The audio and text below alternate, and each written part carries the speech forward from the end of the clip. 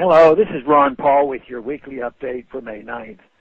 Last week marked an important milestone in the war on terrorism for our country.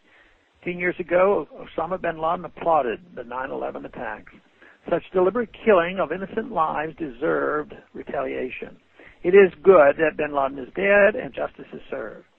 The way in which he was finally captured and killed shows that targeted retribution is far superior to wars of aggression and nation building. In 2001, I supported giving the President the authority to pursue those responsible for the vicious 9/11 attacks. However, misusing that authority to pursue nation building and remaking the Middle East was cynical and dangerous, as the past 10 years have proven. It is tragic that it took 10 years, trillions of dollars, tens of thousands of American casualties, and many thousands of innocent lives to achieve our mission of killing one evil person. A narrow, targeted mission under these circumstances was far superior to initiating wars against countries not involved in the 9/11 attacks, and that is all we should have done. This was the reason I emphasized at the time the principle of mark and reprisal permitted to us by the U.S. Constitution for difficult missions such as we faced. I'm convinced that this approach would have achieved our goal much sooner and much cheaper.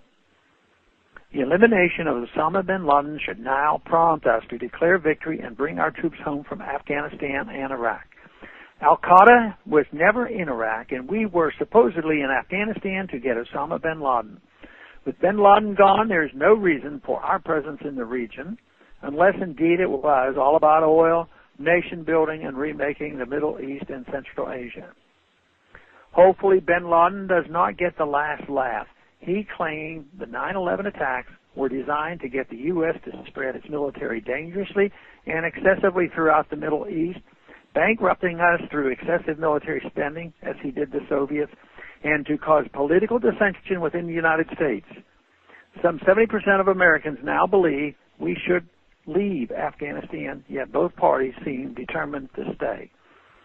The best thing we could do right now is prove Bin Laden a false prophet by coming home and ending this madness on a high note. Tragically, one result may be the acceptance of torture as a legitimate tool for pursuing our foreign policy. A free society, calling itself a republic, grounded in rule of law, should never succumb to such evil. At the very least, we should all be able to agree that foreign aid to Pakistan needs to end immediately. The idea that Bin Laden was safely protected for 10 years in Pakistan, either willfully or through incompetence, should make us question the wisdom of robbing American citizens to support any government around the world with foreign aid. All foreign aid and intervention needs to end. Our failed foreign policy is reflected in our bizarre relationship with Pakistan. We bomb them with drones, causing hundreds of civilian casualties. We give them billions of dollars in foreign aid for the privilege to do so, all while they protect America's enemy, number one, for a decade. It's time to consider a sensible non-interventionist foreign policy as advised by our founders and authorized by our Constitution. We would all be better off for it. Thanks for calling this update.